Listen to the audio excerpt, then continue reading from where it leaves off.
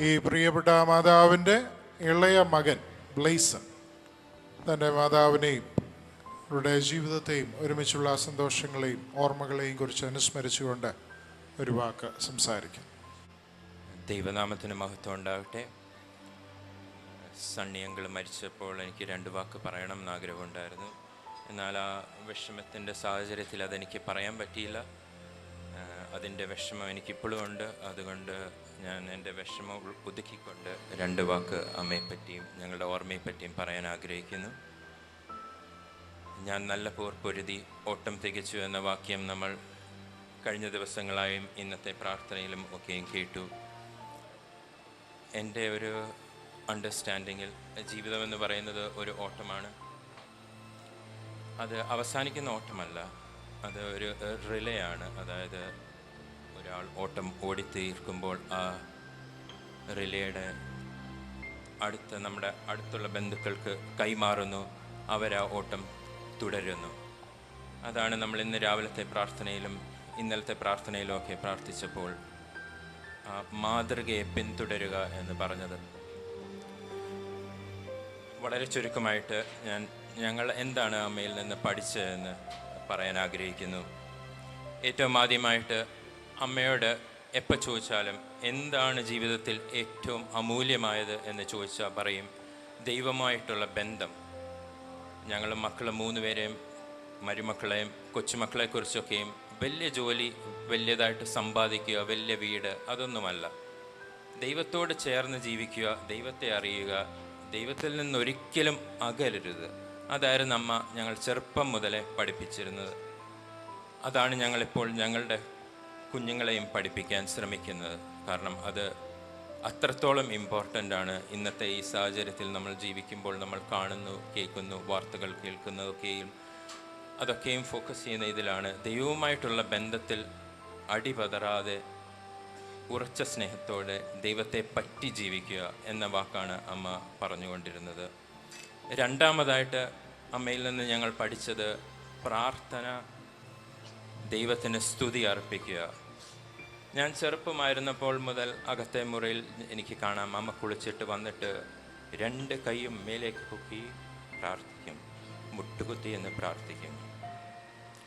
നമ്മുടെ ഇടവകയിൽ പണ്ട് വികാരിയായിരുന്ന ജോയി അച്ഛൻ ഒരിക്കൽ സങ്കീർത്തനം 150-ാം അധ്യായത്തിൻ്റെ അവസാന വാക്യം വെച്ച് പറഞ്ഞിരുന്നു. ഞങ്ങളെ പള്ളിയിൽ വെച്ച് പഠിപ്പിച്ചു, ജീവനുള്ളതൊക്കെയും യഹോവയെ സ്തുതിക്കട്ടെ. അപ്പോൾ അച്ഛൻ പറഞ്ഞത് ഇതാണ്, ശ്വാസം എടുക്കും, നമ്മൾ ശ്വാസം വലിച്ചെടുക്കുന്നു, ശ്വാസം വിടുന്നു, ജീവനുള്ളത് എല്ലാം ദൈവത്തെ സ്തുതിക്കട്ടെ. നമ്മൾ ഓരോ ശ്വാസം എടുക്കുമ്പോഴും വിടുമ്പോഴും നമ്മൾ ദൈവത്തെ സ്തുതിക്കണമെന്ന് അച്ഛനെന്ന് പഠിപ്പിച്ചു. അന്ന് ഞാൻ ചെറുതാണ്, എനിക്കതിനെപ്പറ്റി ഞാൻ എപ്പോഴും ആലോചിച്ചു നമ്മളെങ്ങനെയാണ് ഓരോ ശ്വാസം എടുക്കുമ്പോഴും ശ്വാസം വിടുമ്പോഴും ദൈവത്തെ സ്തുതിക്കുന്നത്. എന്നാൽ കഴിഞ്ഞ ആഴ്ചകളിലൊക്കെയും അമ്മ വെൻറ്റിലേറ്ററിൻ്റെ സപ്പോർട്ട് ഉണ്ടായിരുന്നു. അത് കഴിഞ്ഞ് ട്രക്യോസ്റ്റമി ഉപയോഗിച്ചു. അപ്പോൾ ഞാൻ ഒരു പ്രാവശ്യം കയറിയപ്പോൾ ഞാൻ അത് എല്ലാവരോടും ഗ്രൂപ്പിൽ പറഞ്ഞായിരുന്നു. പ്രാർത്ഥിച്ച എല്ലാവർക്കും വേണ്ടി താങ്ക് യു പറഞ്ഞു. അതിനുശേഷം അമ്മ പറഞ്ഞത് ദൈവത്തിന് നന്ദി, ജീവനുള്ളതൊക്കെയും യഹോവയെ സ്തുതിക്കട്ടെ. ഓരോ ശ്വാസം എടുക്കുമ്പോഴും ശ്വാസം വിടുമ്പോഴും നമ്മൾ ദൈവത്തോട് ചേർന്ന് ദൈവത്തിന് നന്ദി അർപ്പിക്കണം. കാരണം ദൈവം തന്നതാണ്, അതുകൊണ്ടാണ് നമ്മൾ ജീവനോടിരിക്കുന്നത്. മൂന്നാമതായിട്ട് എനിക്ക് പറയാനുള്ളത്, അമ്മയെപ്പറ്റി പറയുമ്പോൾ അമ്മ എപ്പോഴും പറയും എല്ലാം മായയാണ്, എല്ലാം ക്ഷമിക്കണം. നമ്മൾ ഒരിക്കലും ആരോടും ഒരു വിദ്വേഷം മനസ്സിൽ വെച്ചുകൊണ്ടിരിക്കരുത്. എന്നെയും ഒരുപാട് ഹേർട്ട് ചെയ്ത ആൾക്കാരുണ്ട്. ഇതൊക്കെയും കണ്ടപ്പോൾ അമ്മ പറഞ്ഞു, മോനെ ഇതൊക്കെ മായയാണ്, ഇതൊക്കെ എല്ലാവരോടും ക്ഷമിക്കണം, അതൊന്നും മനസ്സിൽ വെക്കരുത്. അമ്മയുടെ ജീവിതവും അതുപോലെ തന്നെയായിരുന്നു. ആരോടും യാതൊന്നും മനസ്സിൽ വെക്കുകയില്ല, എല്ലാവരോടും ക്ഷമിക്കുന്ന ഒരു അമ്മയായിരുന്നു. അതാണ് ഞങ്ങളെയും പഠിപ്പിച്ചു തന്നുകൊണ്ടിരുന്നത്. അമ്മ അതിന് സമയമെടുക്കുമായിരുന്നു. പിള്ളേരെയും കൊച്ചുമക്കളെയും ഒക്കെയും ദൈവകാര്യങ്ങൾ, ബൈബിളിൽ നിന്ന് പഠിക്കുന്ന കാര്യങ്ങൾ, പ്രസംഗം കേട്ടിട്ട് അതിൽ നിന്ന് മനസ്സിലാക്കിയ കാര്യങ്ങളൊക്കെയും പറഞ്ഞു തരാനായിട്ട് സമയം കണ്ടെത്തുമായിരുന്നു. നാലാമതായിട്ട് ലവ് ആൻഡ് കെയർ, സ്നേഹവും കരുതലും. അത് ഇന്നലെ സംസാരിച്ചവരും ഇന്ന് സംസാരിച്ചവരുമൊക്കെയും പറഞ്ഞു.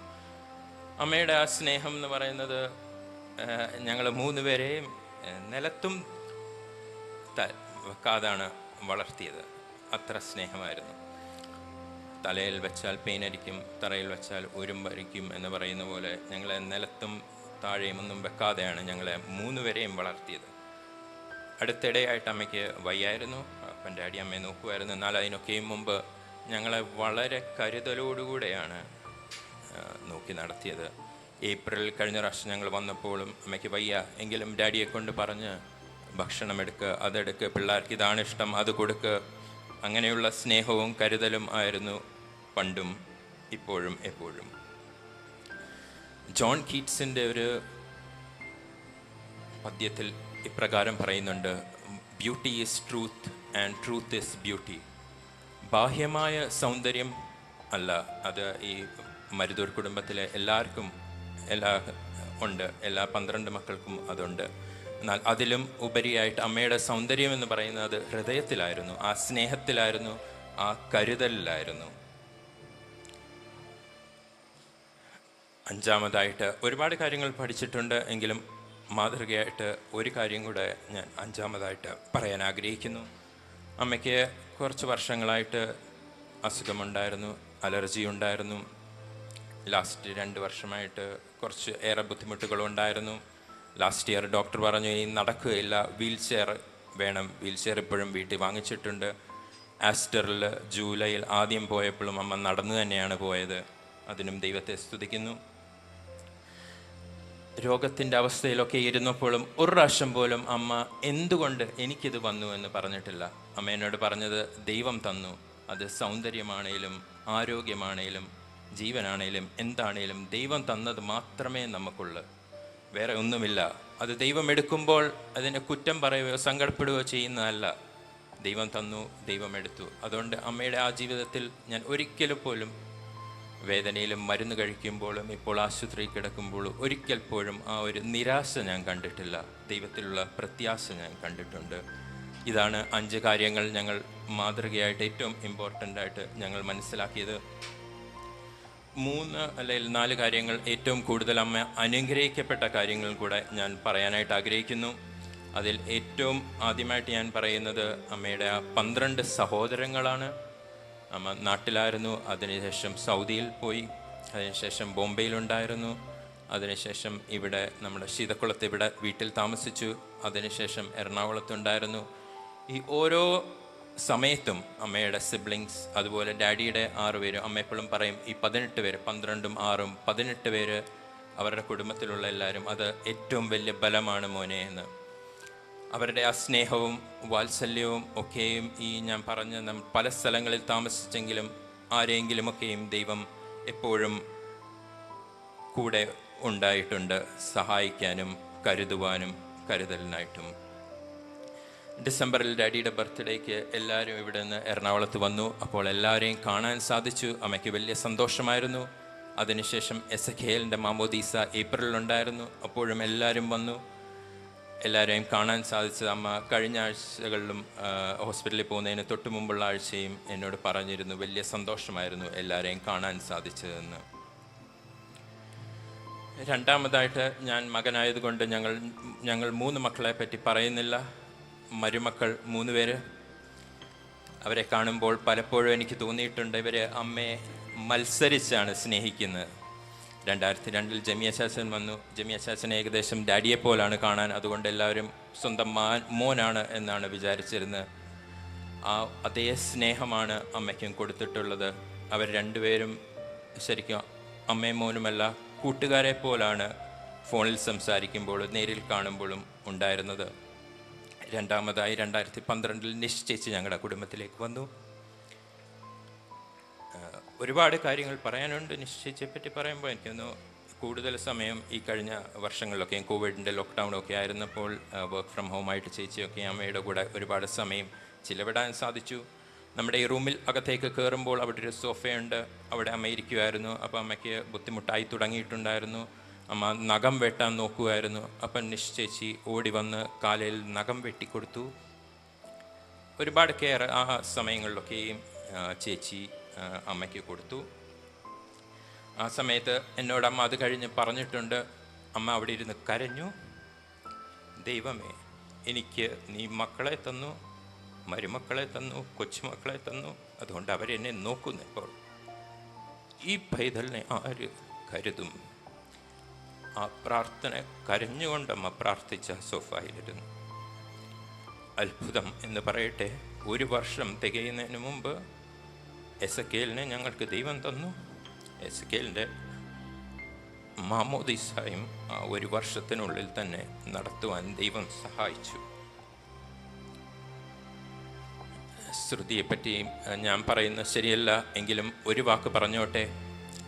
ജൂണിൽ ഞാൻ എൻ്റെ ആക്ച്വലി ഫോണിൽ അമ്മ അവസാനമായിട്ട് എന്നോട് ഹോസ്പിറ്റലിൽ പോകുന്നതിൻ്റെ മുമ്പേ ഫോണിൽ പറഞ്ഞത്, ശ്രുതി ദൈവം തന്നൊരു നിധിയാണ്, അവളെ നീ സൂക്ഷിച്ചോണം, സ്നേഹിച്ചോണം, കരുതിക്കോണം. എന്നോട് ഫോണിൽ അവസാനമായിട്ട് എൻ്റെ അമ്മ പറഞ്ഞാണ്.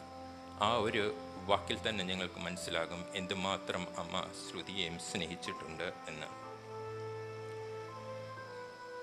അതിനുശേഷം മൂന്നാമതായിട്ട് ഞാൻ ഡാഡിയെപ്പറ്റി പറയാൻ ആഗ്രഹിക്കുന്നു. ഡാഡിയെപ്പറ്റി പറയുവാണെങ്കിൽ നമ്മൾ എല്ലാവരും ഇവിടെ 2-3 ദിവസം ഇരുന്നാലും തീരത്തില്ല.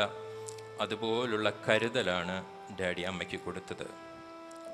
ഞാനൊക്കെ ആലോചിക്കും, ഡാഡിയുടെ ഒരു 10% ഹസ്ബൻഡായിട്ടിരുന്നെങ്കിൽ എത്ര നല്ലതായിരുന്നേനെ. ഇപ്പോഴും ഇനി ഒരു 90% കൂടെ ബെറ്റർ ആകാനുണ്ട് എന്നെനിക്കറിയാം. എങ്കിലും ഡാഡി അതുപോലാണ് അമ്മയെ കരുതിയത്. ഡാഡി പറയുമായിരുന്നു, കല്യാണം കഴിച്ച് വീട്ടിൽ വന്നപ്പം തൊട്ട് ഡാഡിയെ അമ്മയാണ് നോക്കിക്കൊണ്ടിരുന്നത്.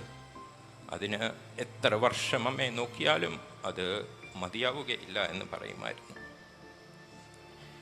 ഏറ്റവും അവസാനമായിട്ട് ഞാൻ പറയാൻ ആഗ്രഹിക്കുന്ന പറങ്കാമുട്ടിൽ കുടുംബവും മരുതൂർ കുടുംബവും 2 കുടുംബത്തിൻ്റെ ഭാഗമായിരുന്നു അമ്മ. അവിടുത്തെ പിതാക്കന്മാർ, അവരുടെ പ്രാർത്ഥന അവരെ ദൈവത്തെ അറിഞ്ഞ കുടുംബങ്ങളിൽ ജനിക്കുവാനും ഈ നമ്മുടെ ശീതക്കുളം ഈ ദേശത്ത് കർത്തമംഗൽ പള്ളിയോട് ചേർന്ന് ജീവിക്കാനായിട്ട് നൽകിയത് ഏറ്റവും വലിയ 4ാമത്തെ അനുഗ്രഹമായിട്ട് ഞാൻ കരുതുന്നു. കാരണം ദൈവത്തെ അറിയുക, ദൈവത്തെ അറിഞ്ഞ് ജീവിക്കുക, അതാണ് നമ്മളുടെ ജീവിതത്തിലുള്ള ഏറ്റവും വലിയ അമൂല്യമായ നിധി എന്ന് ഞാൻ മനസ്സിലാക്കുന്നു. വളരെ ചുരുക്കമായിട്ട് 3 കാര്യങ്ങളിലൂടെ ഞാൻ പറഞ്ഞോട്ടെ. അമ്മയുടെ 3 ആഗ്രഹങ്ങളായിരുന്നു. അമ്മ, ഞാനും ഒരുപാട് ഫോണിൽ സംസാരിക്കുമ്പോഴൊക്കെ അമ്മ അല്ലെ നേരിൽ കാണുമ്പം പറയുമായിരുന്നു, എടാ ഞാൻ നിങ്ങൾ 3 പേരും എൻ്റെ അടുത്ത് വേണം എന്നാണ് എൻ്റെ ആഗ്രഹമെന്ന് ഞാൻ പറഞ്ഞു. അത് പുറമേ പറഞ്ഞില്ലെങ്കിലും ഞാൻ മനസ്സ് വിചാരിക്കുമായിരുന്നു അതെങ്ങനെ സാധിക്കാനാണ്. ഞങ്ങൾ 3 പേരും 2018 ഒരുമിച്ച് വന്നത്. അതിനുശേഷം 2024 എസക്കേലിൻ്റെ മാമോദീസായിക്ക് ഒരുമിച്ച് വന്നു. അതായത് 3 പേരെ ഉള്ളെങ്കിലും വളരെ ബുദ്ധിമുട്ടാണ് കോർഡിനേറ്റ് ചെയ്ത് അവധി കിട്ടാനും ഒരുമിച്ച് വരാനും. എങ്കിലും അമ്മയുടെ ആഗ്രഹമായിരുന്നത്. 8-ാം തീയതി ഏർലി മോർണിംഗ് അമ്മയെ വെൻറ്റിലേറ്ററിലാക്കി. ഞങ്ങൾ ഫ്ലൈറ്റിൽ കയറി നാട്ടിലേക്ക് പുറപ്പെട്ടു. ഡോക്ടർമാർ ബാബു അങ്കിൾ, ലെസ്സി ആൻറ്റിയും ബാബു അങ്കിളും ഡാഡിയും ഉണ്ട്. പുറത്തിറങ്ങിയിട്ട് പറഞ്ഞു, എല്ലാം കഴിഞ്ഞു, ഇനിയൊന്നും ചെയ്യാനില്ല. 8-ാം തീയതിയാണ് ഇത് പറയുന്നത്. ഞങ്ങൾ ഫ്ലൈറ്റിൽ ബോർഡ് ചെയ്ത് ഫ്ലൈറ്റിൽ കയറിയിരിക്കുകയാണ്. ഞങ്ങളോട് പറഞ്ഞില്ല, ഞങ്ങൾ വന്നതിന് ശേഷമാണ് പറഞ്ഞത്. ഞങ്ങൾ 5 മണിക്ക് ഫ്ലൈറ്റ് വരും. ബാബു അങ്കിൾ പോയി പറഞ്ഞു 5 മണിക്ക് ഫ്ലൈറ്റ് വരും, എന്തെങ്കിലും ചെയ്യാൻ പറ്റുമോ? 5 മണി പിള്ളേർ വരുന്നവരെയെങ്കിലും. അവിടെ നിന്നാണ് 3 ആഴ്ച കൂടെ ദൈവം 3 മക്കൾക്കും അവരുടെ കുടുംബത്തിനും ദൈവത്തെ അമ്മയോട് ചേർന്ന് ശുശ്രൂഷിക്കാനും അവിടെ ഇരുന്ന് പ്രാർത്ഥിക്കുവാനും സംസാരിക്കാനും ഒക്കെയുള്ള സൗകര്യമൊരുക്കി തന്ന്. അത് അമ്മയുടെ പ്രാർത്ഥന മാത്രമാണ് ഞാൻ പറയും. അതായത് 3 പേരും അടുത്ത് വേണം എന്നുള്ള ഒരു പ്രാർത്ഥന. അതിനുശേഷം ഞങ്ങൾ കയറുമ്പോൾ ലാസ്റ്റ് വീക്കിൽ ഞങ്ങൾ 3 പേരെയും പിടിച്ചിട്ട് ഉമ്മ തന്നു. ഞങ്ങളുടെ നെറ്റിയിൽ ഉമ്മ തന്നു, കയ്യിൽ ഉമ്മ തന്നു. അതെല്ലാം അമ്മയുടെ ഒരു പ്രാർത്ഥനയുടെ ഒരു അതിശയം, എല്ലാവരുടെയും പ്രാർത്ഥനയുടെ ഒരു അതിശയം എന്ന് മാത്രമേ എനിക്ക് പറയാൻ പറ്റുകയുള്ളൂ. അതുപോലെ തന്നെ അമ്മ പറഞ്ഞ ഒരു കാര്യമായിരുന്നു, എടാ എല്ലാവരും മരിക്കും, ഞാനും മരിക്കാൻ രോഗാവസ്ഥയിലിരിക്കുമ്പോൾ അച്ഛനെ വിളിച്ച് തൈലാഭിഷേകം, രോഗികൾക്ക് വേണ്ടിയുള്ള പ്രാർത്ഥന നടത്തണമെന്ന്. 29-ാം തീയതി രാവിലെയാണ്, ഉച്ചയോടുകൂടാണ് ഞങ്ങളോട് അമ്മ ഡോക്ടേഴ്സ് പറയുന്നു വളരെ സീരിയസ് ആണ്, എന്താണ് ചെയ്യേണ്ടതെന്ന് അവർക്കും അറിയത്തില്ല എന്ന്. അപ്പോൾ അതിനു മുമ്പേ ഞങ്ങൾ ക്രമീകരിച്ചിരുന്നു രോഗികൾക്ക് വേണ്ടിയുള്ള പ്രാർത്ഥന. എന്നാൽ അത് ആ സമയത്ത് നടത്താൻ പറ്റിയില്ല. 29-ാം തീയതി ഞങ്ങൾ അവിടെ ക്രിസ്റ്റോസ് മർത്തോമ ചേർച്ചിലുള്ള സോളമൻ അച്ഛനെയും അഖിലേഷ് അച്ഛനെയും വിളിച്ചു. അച്ഛന്മാർ പുറത്തായിരുന്നു, ഒരു പ്രോഗ്രാമിലായിരുന്നു. അവർ പെട്ടെന്ന് വന്നു. 6:30 കൂടെയാണ് പ്രാർത്ഥന അവിടെ ആസ്റ്റർ ഹോസ്പിറ്റലിൽ നടത്തുന്നത്. അതിനു ശേഷമാണ് 2 മണിക്കൂറിന് ശേഷമാണ് അമ്മ ദൈവത്തോട് അടുക്കുന്നത്. 3-ാമത്തെ അമ്മയുടെ ആഗ്രഹം ഫ്യൂണറൽ, അതായത് ഈ സർവീസ് നടക്കുമ്പോൾ ആരും കരയരുത് എന്നുള്ളതായിരുന്നു. അതും ഞാൻ കഴിഞ്ഞ ദിവസം ഗ്രൂപ്പിൽ പറഞ്ഞിരുന്നു. അമ്മയുടെ റിക്വസ്റ്റായിരുന്നത് അമ്മയുടെ നല്ല ഓർമ്മകളെ ഓർത്ത് വേണം നിങ്ങൾ ജീവിക്കാൻ. അത് അന്ന് കരഞ്ഞു തീരാനുള്ളതല്ല. കാരണം എന്നോട് അമ്മ പറയുമായിരുന്നു, നിങ്ങൾ ഒരിക്കലും പ്രത്യാശ നശിച്ചു പോകരുത്. അമ്മ വളരെ ഉറപ്പോടുകൂടെ പറഞ്ഞൊരു കാര്യം, ഞാൻ ദൈവസന്നിധിയിലേക്ക് തന്നെ ചേരും. ദൈവം നമ്മൾക്ക് വേണ്ടി ഭവനമൊരുക്കാൻ പോയിരിക്കുകയാണ്. This is temporary place. ഞാൻ അവിടെ പോകും. ആ പ്രത്യാശയോടെ കൂടെ വേണം, ദൈവത്തോടടുത്ത് വേണം നിങ്ങൾ ജീവിക്കാൻ വേണ്ടി എന്ന്. അതുകൊണ്ട് 3-ാമത്തെയും അവസാനത്തെയുമായിട്ടുള്ള ആഗ്രഹം അതായിരുന്നു, കരയരുത് ഈ സർവീസിൻ്റെ ഇടയിൽ എന്ന്. ദൈവത്തെപ്പറ്റി ബൈബിളിൽ നമ്മൾ പഠിപ്പിക്കുന്നത് യഹോവേ റാഫ എന്ന പേരാണ്. ദ ലോർഡ് ഹു ഹീൽസ്, സൗഖ്യദായകനായ ദൈവം. നമ്മൾ കുടുംബമായിട്ട് എല്ലാവർക്കും വിഷമമുണ്ട്, ദുഃഖമുണ്ട്. എന്നാൽ ആ യഹോവ റാഫെ എന്ന് പറഞ്ഞ ആ ഭാഗത്ത് നമ്മൾ വായിക്കുമ്പോൾ നമ്മൾ മനസ്സിലാക്കുന്നത്, ദൈവം അവിടെ ആരെയും സൗഖ്യമാക്കുന്നില്ല. മനുഷ്യൻ്റെ ഒരു ഹീലിംഗ് അവിടെ നടക്കുന്നത് ആക്ച്വലി ഫോർ വാട്ടറാണ്. വാട്ടർ ഹീൽ ചെയ്തു അവർക്ക് കുടിക്കാൻ തക്കത്തിലുള്ളത് ആക്കി കൊടുക്കുന്നു. പക്ഷെങ്കിൽ അവിടെയുള്ള ഇസ്രായേൽ ജനത്തിനെല്ലാം വലിയ ആദിയായിരുന്നു, നാളെ എന്ത് പറ്റും. അതായത് വെള്ളമില്ല കുടിക്കാനുള്ള അവസ്ഥ നമുക്ക് ചിന്തിക്കാൻ പോലും പറ്റത്തില്ല. ആ അവസ്ഥയിലാണ് ദൈവം ഹീലിംഗ് കൊടുക്കുന്ന. മനുഷ്യൻ്റെ വിഷമങ്ങൾക്കും പ്രയാസങ്ങൾക്കും ആദികൾക്കും ആണ് ദൈവം സൗഖ്യം നൽകുന്നത്. ഈ കുടുംബത്തെയും പറങ്കാമുട്ടിൽ മരുതൂർ കുടുംബാംഗങ്ങളെ എല്ലാവരെയും ഓർത്ത് നമ്മൾക്ക് പ്രാർത്ഥിക്കാം. ആ ഒരു വലിയ ഹീലിംഗ് പവർ കൊടുക്കട്ടെ. പ്രത്യാശയോടുകൂടെ ദൈവത്തിൽ ആശ്രയിച്ച് ജീവിക്കാൻ വേണ്ടി ഉള്ള ആ ഒരു ശക്തി ദൈവം നൽകട്ടെ എന്ന് പറഞ്ഞുകൊണ്ട് ഞാൻ എൻ്റെ വാക്കുകളെ അവസാനിപ്പിക്കുന്നു. Thank you.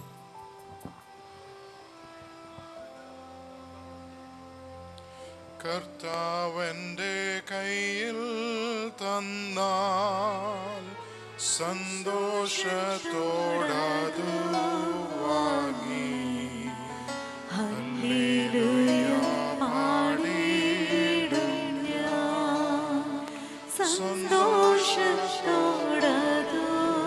വാങ്ങി ഹല്ലേലൂയ പാടിയിടും ഞാൻ.